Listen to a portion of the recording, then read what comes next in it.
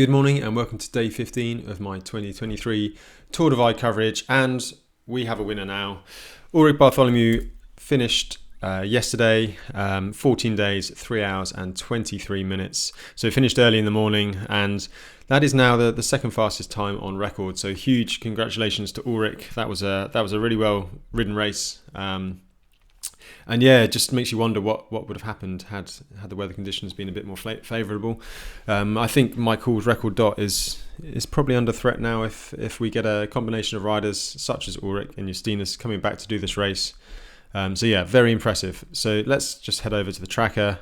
We can also see that Justinas has literally just finished as well, so his dot is now finished. So when the riders do reach the finish line, their little dot bounces up and down like this, so that means they've completed the course.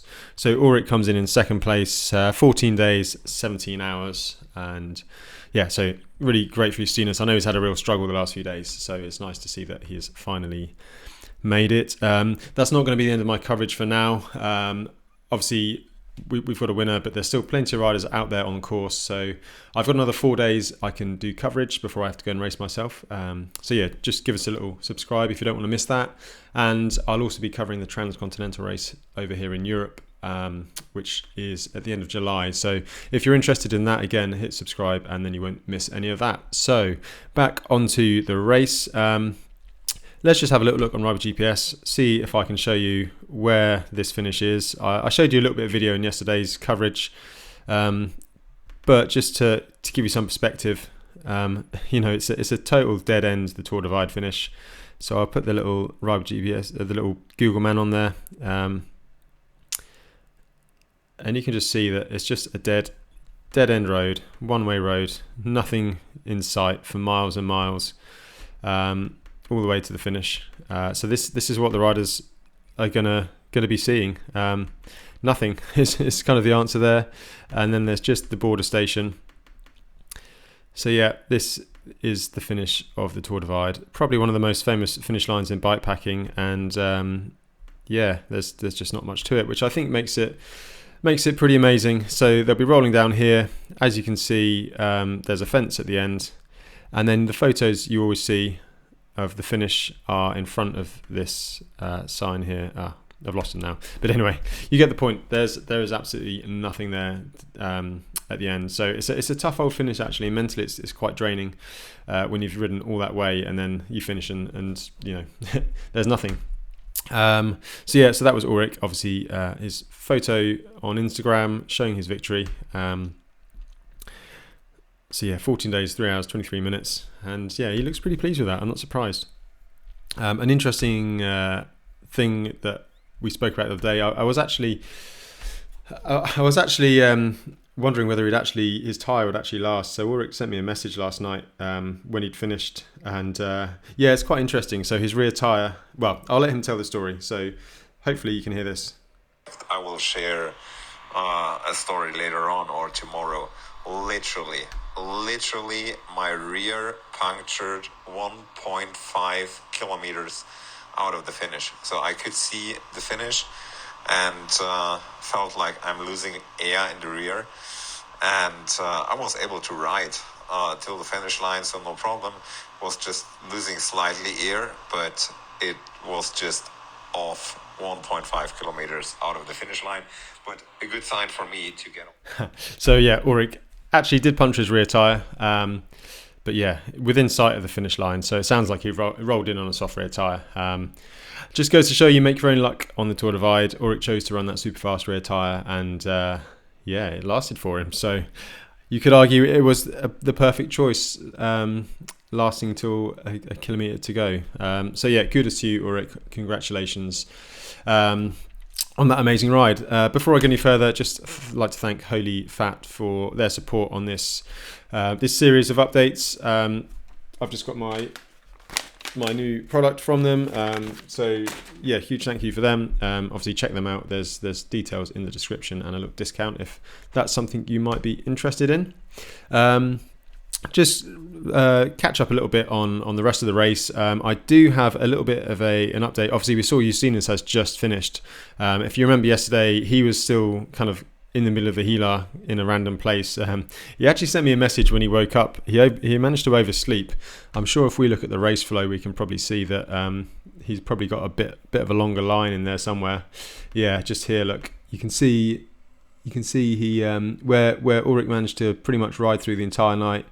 Justinas had a bit of a sleep, but when he woke up, I mean, this happens on the Tour Divide. You're kind of just on a different planet in the last few days. You don't really have real grip on reality. He decided to send me an update, as he has been doing throughout the race, but it is quite amusing. Yo, hello.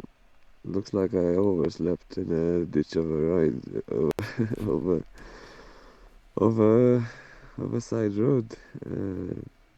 Shit, I'll have a lot of catch up to do now. Better start moving. So that was Justinas. Yeah, he sounded a bit out of it, to be honest, didn't he? So I think it just goes to show the strain, the strain that these riders are going through. And you can see the gap here was quite significant between him and Ulrich at the end. So maybe Justinas did push a little bit too hard too early, but Ulrich did. He rode a very controlled race at the end there. So he was a very well-deserved winner. It'd be interesting to see the run and the rest after the race. I suspect Justinas was actually probably riding faster over the ground, but it's not about, we've said this before, the Tour Divide is not just about pedaling your bike. It's about everything else around it. It's maintaining your body, maintaining your bike, going in the right direction, being efficient, not stopping too long, eating enough, and it looks like Ulrich really has got that dialed. And yeah, maybe Justinas, well, he had a bit of bad luck, but I think you kind of make your own luck on the Tour Divide. So, he had bad luck, but he caught them all up in the basin. So I think overall it balances out. Joe Nation is in third. So he's passed through Silver City. He's in the final run-in. Is probably 6-7 hours away from the finish. Looks like he'd probably do an all-nighter. I would have thought so. By this point, you probably just want to get it done. It's about midnight local time now.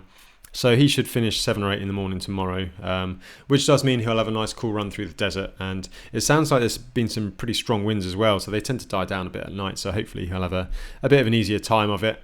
He's put some stories up on Instagram. This will be heading through the Gila by the looks of it. Garmin reckons 40 degrees. So yeah, it gets pretty warm up there. And this is the it's the Continental Divide Trail. It's like a hiking trail, and yeah, it's just, you come out of the Gila and you think you're nearly done, but before you get to Silver City, you just have to take on this bit of single track. It's just rough and bumpy.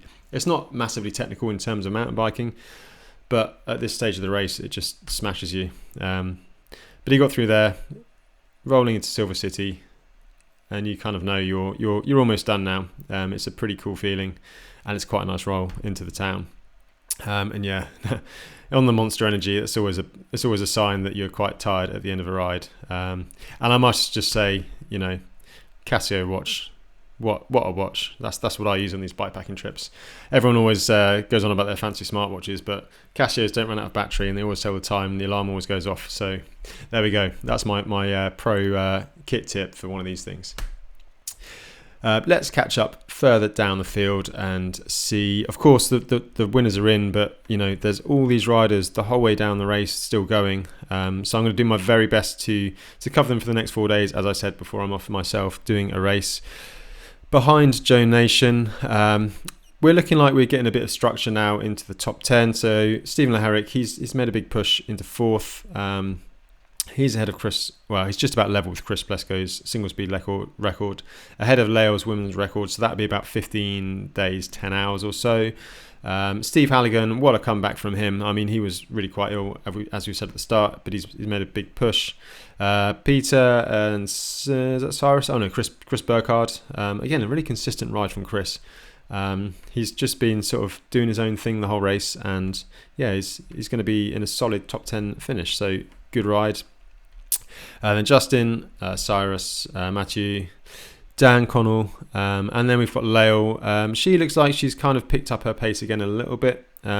She was ill yesterday. Sounds like she managed to get rehydrated. And Katja is still in second place. So Katja she's not a million miles away. 2280. Lael is, so she's about 50 miles ahead. So it's not impossible that Katja could close a gap to Lael. But at this stage, closing a gap like that could be quite difficult, especially as Lael really knows the route. So yeah, that's going to be a nice one to look at. But it looks like Lael was probably going to finish, I'd suspect, around the 16-day mark, and Katja not long after. So hopefully they'll both finish within 16 days, which is a phenomenal ride. Alexandra Huchin, she's made a bit of a move up. So she's caught Sasha Dow. So yeah, strong finish there from Alexander. Sorry. I keep mixing her name up. Apologies for that. Yeah, she looks like she's pushed through Abaku. Sorry for my bad pronunciation of that particular town. I've been corrected numerous times in the comments, so thank you for that. Yeah, so it looks like it's midnight now, so she's just rolled through. The gas station there, as we have discussed before, opens at 7 a.m, so she's chanced her luck and she's going for it. So she's going to push through. It'll be Cuba to resupply, so that's her big move. So that's very exciting for the third position in the women's race.